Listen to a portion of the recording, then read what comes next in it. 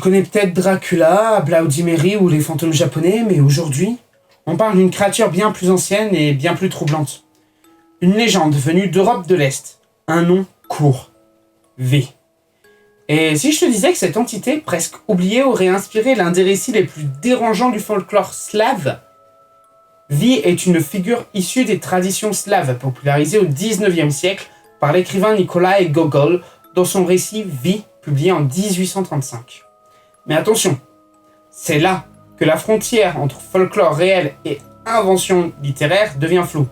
Car certains chercheurs pensent que Gogol a assemblé plusieurs croyances populaires pour créer sa propre créature. Autrement dit, V est peut-être une légende authentique ou peut-être un cauchemar écrit sur papier.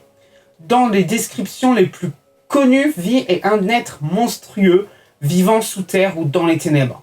Son apparence varie, mais un détail revient souvent. Ses paupières sont si lourdes qu'elles traînent jusqu'au sol.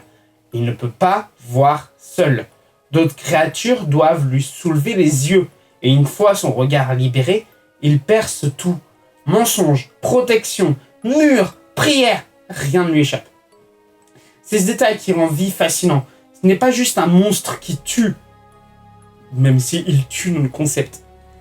C'est une incarnation du regard absolu, la vérité qu'on veut cacher, le mal qui voit ce que personne ne devrait voir. Dans certaines interprétations, croiser ses yeux signifie la mort. Dans d'autres, cela signifie la damnation ou la folie. Le plus troublant, c'est que V n'est pas devenu une icône mondiale comme Dracula. Pas de château célèbre, pas de saga géante, pas de marketing. Seulement une présence étrange, enfouie dans les marges du folklore. Comme si certaines légendes restaient volontairement enterrées. Et quelque part, c'est peut-être mieux ainsi. Parce qu'un vampire, on peut le combattre. Un fantôme, on peut le fuir. Mais quelque chose qui voit tout. Comment tu t'en protèges ? V. Une légende entre mythe et littérature. Un monstre aux yeux fermés.